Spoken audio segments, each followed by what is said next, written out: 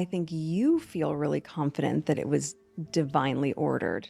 Maybe all of this, our friendship, you becoming our neighbor, the depth of our friendship, and then these opportunities that we both have. It was not a simple scheduling conflict or a shop being closed for a private event. It was the execution of a deliberate, final, and globally enforced mandate originating from Chanel's headquarters on Rue Cambon in Paris. At exactly 3:41 in the scorching California afternoon, the perfect illusion snapped in half. The doors of Chanel didn't just fail to open, they were locked tight on purpose. Standing there in disbelief, draped in ivory elegance and wrapped in quiet expectation, was none other than Meghan Markle, carrying the weight of her royal name like a crown that suddenly didn't fit anymore. Those 12 blistering minutes on North Rodeo Drive weren't some mix-up or harmless miscommunication. No way. This wasn't a scheduling mistake or a guard getting too serious. It felt more like a public verdict, a silent declaration that couldn't be undone. Meghan didn't walk toward that Beverly Hills flagship store. She glided like someone stepping into a throne room she still believed was hers to rule. Her oversized sunglasses covered every flicker of emotion, phone clutched tightly, cape coat flowing with every confident step, each movement whispering power. She was ready for the usual luxury routine. The soft greetings, the polite escort to a private room, the subtle flurry of staff eager to serve her.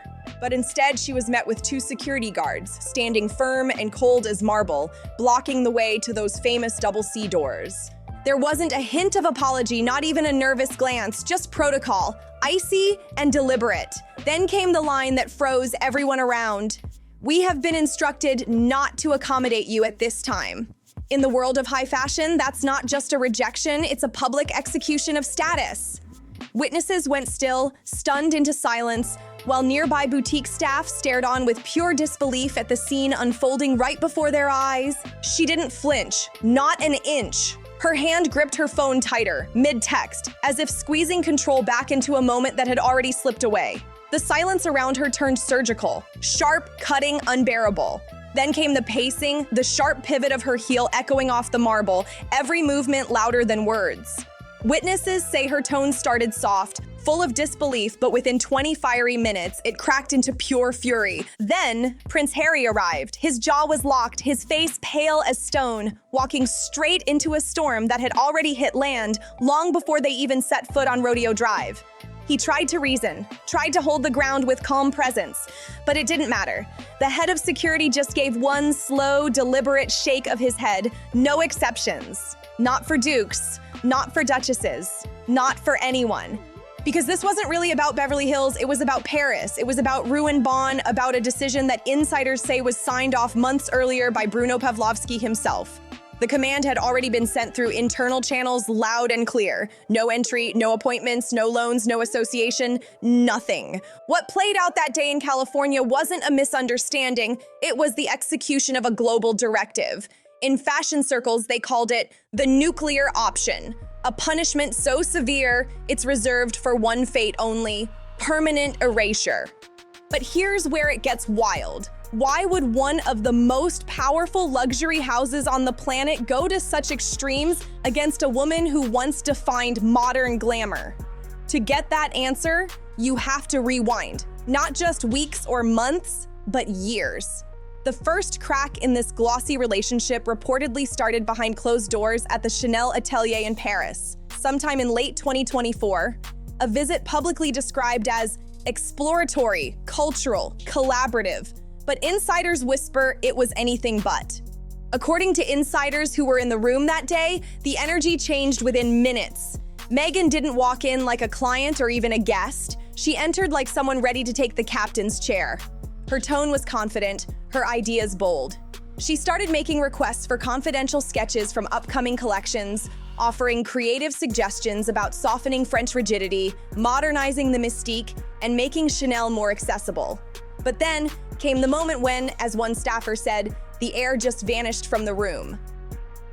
She allegedly proposed renaming a silk trim after herself. In the world of couture, that's not just bold, it's almost blasphemous. You don't rename the sacred pieces. You don't touch the heritage details that have stood for over a century. Fashion insiders whispered, "You don't rebrand the altar." Yet according to internal chatter, that was exactly the direction her team was pushing. Emails reportedly began circulating between her representatives and Chanel executives, messages hinting at co-creative credit on limited capsule collections. But this wasn't collaboration, it was co-authorship, something unthinkable for a house that had weathered wars, revolutions, and financial chaos. For the Chanel hierarchy, her insistence didn't read as innovation, it read as intrusion. By December 2024, a document labeled Retrait Définitif, Final Withdrawal, was quietly signed off. That meant total disengagement. No more meetings, no more invitations, no more association whatsoever. Her name was erased from guest lists before the public even caught a whiff of the fallout. But the story didn't end there. It escalated. Insiders later dubbed it the Mood Board War. Mid-2023, Meghan reportedly presented a New York proposal under the glossy banner of reinvention, a plan to merge heritage with empathy, exclusivity with accessibility. On paper, it sounded visionary, but behind the scenes, it reportedly set off alarm bells. Her team floated daring ideas, like blending the iconic double C logo with her own RQL motifs, and even launching a handbag line named Diana. What was pitched as evolution quickly began to look to insiders like an attempted takeover. When legal questions started swirling about authorization, Meghan's camp allegedly fired back with a statement that left the room stunned. It came out cool, crisp, and full of certainty. Legacy runs in the marrow, no license required. But in Paris, legacy isn't just a poetic idea, it's a contract written in history. The room reportedly went dead silent, and just days later, a mood board leaked onto a private high-fashion forum, and it was explosive. The leak showed archival photos of Princess Diana layered beside modern Chanel imagery and a bold slide titled, "From Grief to Glamour." It was supposedly linked to Chanel's ethics division, but once it hit the underground fashion circuits, it blew up. Insiders say an internal memo went out fast, describing the situation not as alignment, but as appropriation. Not partnership, but positioning.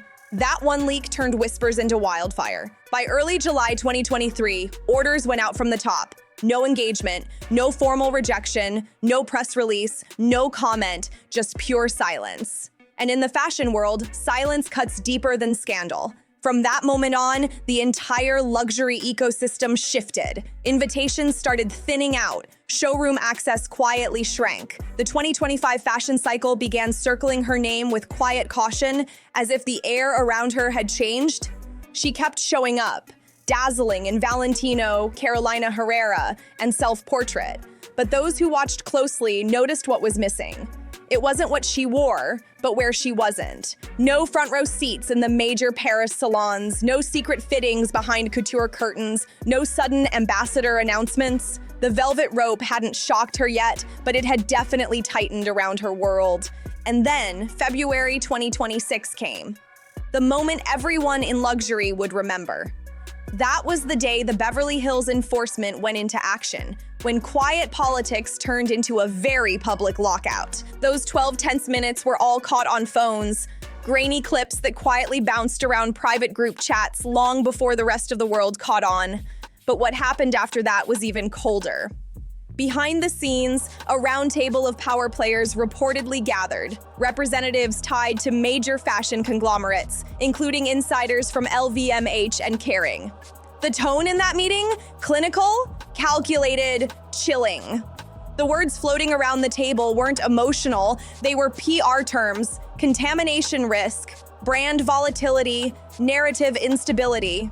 It wasn't about politics or personality anymore, it was about predictability. And in the luxury world, predictability means profit. Predictability equals safety, safety equals value, and value equals survival.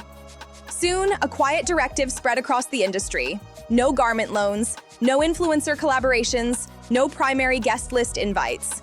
Even fashion houses that once celebrated her milestones, Da Vinci among others, reportedly pivoted to fresh faces and emerging voices. It was as if the entire fashion elite collectively turned the page without saying a word. One particularly telling move came just days before a major recording.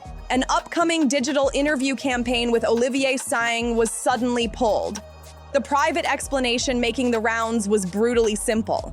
Every conversation had turned into a narrative conflict, not about craftsmanship, but controversy.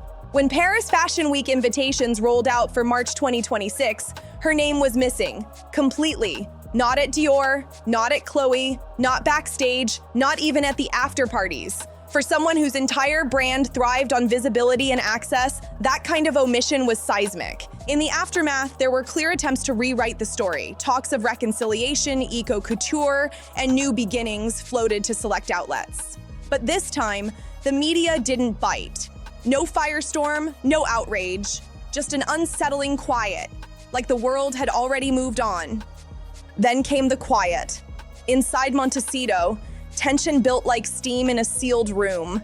Legal teams reportedly explored discrimination claims, but those efforts collapsed. There was no solid precedent to stand on. A curated leak soon followed, trying to reframe the lockout as systemic bias, and dozens of editors received it. Yet only a small outlet picked it up. The big publications stayed silent, and that silence spoke volumes. Then, a private email allegedly from Bruno Pavlovsky surfaced on an internal industry server. His message? Calm, emotionless, almost surgical, emphasizing strategy over sentiment. That was the moment it became clear this wasn't impulsive revenge, it was structural. What makes this entire saga so devastating isn't the scene on Rodeo Drive, it's the machine behind it. Legacy fashion houses don't react out of emotion. They calculate, they watch, they wait, and when they finally move, they move together. The silence that followed her exclusion wasn't a mistake, it was consensus. By then, the industry had quietly agreed. The narrative around her had grown louder than the fashion itself. And in a world built on mystery, exclusivity, and quiet prestige, that kind of imbalance is deadly. By mid-February, insiders say her name appeared on internal booking spreadsheets under a chilling label, "Do not book streaming projects." Even brands outside of fashion started pulling back. Sponsors hesitated, collaborations cooled, and the effect rippled far beyond couture. Because when Paris withdraws, it doesn't whisper, it echoes across industries. And perhaps the coldest part of all, there was no press conference, no statement of defiance, no dramatic showdown in court, just doors. Beautiful, glossy, high-security doors that simply stopped opening. Just invitations that stopped arriving. Just windows in Paris, glowing beautifully behind glass, now marked invitation only. Those 12 minutes in Beverly Hills weren't chaos at all, they were choreography. A performance planned months in advance, executed with precision, and watched by the world. It was a silent message, delivered with style and sting. A reminder that in certain rooms, titles mean nothing without trust. And in the rarefied air of haute couture, once that trust evaporates, access disappears right along with it. Just 4 days after that Rodeo Drive lockout, the narrative shifted. It was no longer about a boutique incident, it became about survival. Because when Chanel closes a door, it doesn't just protect a brand, it sends a signal that echoes across continents. By February 11th, that signal had been received everywhere, from Paris to Milan to New York. The shift wasn't theory anymore, it was in motion. Inside Montecito, the mood reportedly changed overnight. What used to feel like confidence turned into containment mode. According to Meghan, the tension began early. She claims Chanel executives dismissed her creative input, ignored her suggestions, and treated her as decorative rather than substantive. Advisors pulled in tighter, calls became fewer, and invitations began thinning out like oxygen at high altitude. The Duchess, who once walked into every room expecting flashbulbs, fittings, and fanfare, was now facing something far colder: institutional indifference. And in elite circles, indifference is more dangerous than open criticism. It's the quiet kind of rejection that freezes everything in place. Even Hollywood began adjusting to the chill. Streaming executives reportedly started recalibrating projects, including a high-concept documentary that once promised to explore the intersection of royalty and global fashion. Insiders described it as visually stunning and commercially strong, but after Beverly Hills, those same executives grew cautious. The sparkle that once opened every door now came with risk, and the industry was suddenly, unmistakably, pulling back. The project wasn't officially canceled, just stalled, frozen in place with no return date. One executive supposedly summed it up in one brutal sentence: luxury won't license its aura to instability. That line hit like a verdict. The numbers started to tell the rest of the story. Sponsors who once saw alignment now saw volatility. And in the world of billion-dollar branding, risk departments don't debate emotion. They calculate exposure. And suddenly, that exposure felt radioactive. Even in Silicon Valley's audio scene, the momentum went cold, fast. A podcast revival project, once considered her comeback blueprint, reportedly lost 3 potential sponsors in just 48 hours after the Beverly Hills footage began circulating through private industry WhatsApp groups. The reason noted internally wasn't her as a host, it was fatigue. Brands, insiders said, are allergic to turbulence. They crave smooth trajectories, clean narratives, and total control. But what they were seeing instead was a story spinning into rejection. Public, polished, and irreversible. That same chill seeped into her social circles. The Montecito Gala calendar, once stacked with charity dinners and glossy fundraisers, suddenly went quiet. Invitations that used to arrive months ahead just stopped showing up. Fashion houses stayed silent. Longtime media allies went missing, not with anger, but with that high society brand of polite distance. And in those circles, distance says everything. As one insider reportedly whispered, the experiment had run its course. But the most delicate tremor wasn't in the press or the fashion houses. It came from inside the Sussex circle itself. Whispers hinted at growing tension, quiet strategy shifts, and the uneasy realization that what began as a global power move was now teetering on the edge of isolation. Prince Harry, according to sources close to quiet conversations in London, began exploring the faintest outline of something unexpected. A soft re-entry into royal life. Not a grand comeback, not a reclaiming of old titles or red carpet duties, just something quieter, almost reflective. Talks reportedly circled around legacy charities, limited public appearances, and a return to duty over disruption. The feedback from palace channels, though, came back cold and clinical. Reintegration could be discussed, but only under strict conditions. And one stood taller than all the rest: separation of roles. In plain terms, the door might open again for him, but it would stay firmly shut to the storm that followed. That reality reportedly hit hard. Because February 7th wasn't just about a locked door on Rodeo Drive, it was a mirror moment. A painful reflection showing that protection, once thought permanent, was actually conditional. In both monarchy and high fashion, titles don't bend the system. Ecosystems protect themselves. And the European luxury machine had just proved how flawlessly it could close ranks when it wanted to. The real blow, though, wasn't legal or procedural, it was psychological. The moment the world saw outside that Chanel store wasn't just about a denied shopping trip, it was a display of hierarchy in real time. A message that no matter how famous, connected, or titled someone might be, the gates of influence can still slam shut. Silently, deliberately, and without apology. In the weeks that followed, the silence became its own story. No statements, no apologies, no clarifications. Just a growing sense that the curtain had dropped and no encore was coming. What had started as a 12-minute incident in Beverly Hills had evolved into a global case study in how power recalibrates itself when image becomes instability. Behind the scenes, insiders whispered about calls that went unanswered, contracts left unsigned, and projects quietly shelved. The Sussex brand, once viewed as a symbol of modern reinvention, had become something luxury houses now treated like glass, visible but untouchable. Executives spoke of risk management, not resentment. This wasn't personal. It was structural, clinical, and chillingly efficient. By late March 2026, the shift had gone from subtle to systemic.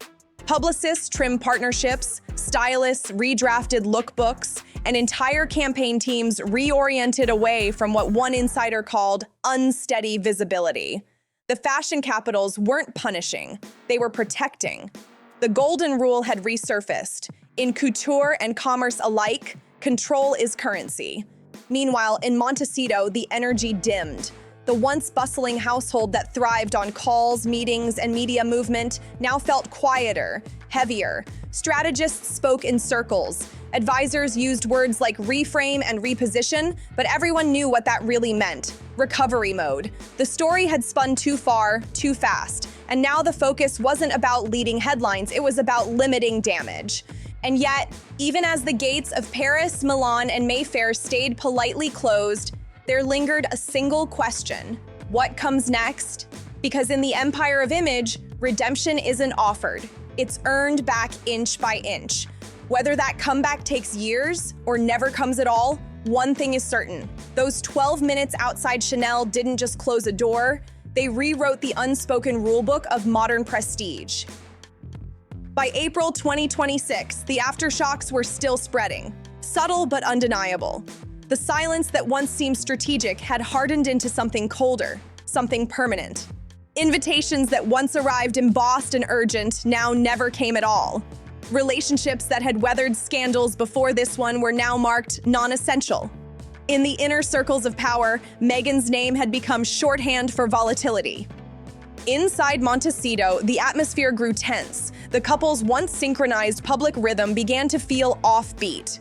Insiders described long stretches of stillness. No photographers, no calls, just a house filled with cautious quiet. PR strategists tried floating gentle narratives of reflection and personal evolution, but no outlet was biting. Editors who once competed for exclusives now reportedly replied with delays or disinterest. The irony was sharp.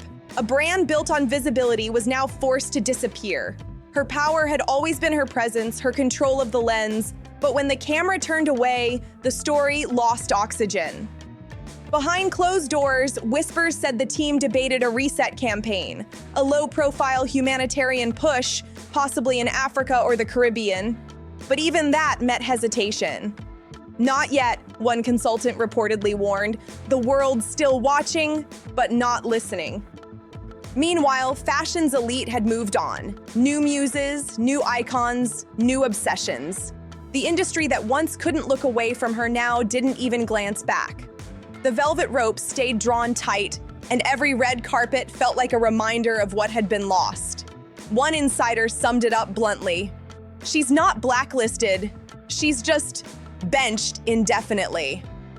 And that's the cruel rhythm of prestige. One season, you're the face of evolution, the next, you're erased by omission. Yet even in that silence, some wondered whether this was truly the end, or just the intermission before a reinvention. Because if history proves anything, it's that exile in the spotlight never lasts forever, especially for someone who once knew how to command it so completely. It all ends as quietly as it began, a reminder that legacy always outlives individuals. Institutions don't need chaos to survive, they simply close their doors and wait out the storm. Time has always been their greatest weapon. Even the brightest global spotlight can't force open a gate protected by collective will. In the end, there was no courtroom drama, no tearful reunion, no glittering comeback announcement, just a reshaped landscape, one where invitations found new names and runways glowed without controversy. The next season arrived like clockwork, front rows filled with newer, quieter faces. The machine kept moving, elegant and indifferent, while a duchess who once owned every camera flash now stood outside the glass, staring in at a world that no longer looked back. There was no explosion, no fury, just stillness. The soft sound of a key turning, the finality of a polite but unyielding no. And that's how power really moves in elite spaces, not with volume, but with silence. A single refusal, delivered calmly, can echo louder than any scandal ever could. Because in a world built on the privilege of invitation, that word, no, carries more weight than any headline, any title, or any carefully crafted narrative. The story didn't end with rage or redemption. It ended with reality. The quiet understanding that prestige is never permanent and access is always conditional. And as the fashion houses reset, the runways gleamed on, and the luxury world returned to its usual rhythm, one truth remained. The door had closed, and it wasn't reopening anytime soon. If you followed this incredible story till the very end, don't forget to like, subscribe, share, and drop a comment below. Tell us, do you think redemption is still possible, or has the final curtain truly fallen? Your thoughts keep the conversation alive, so sound off below and let's talk about it.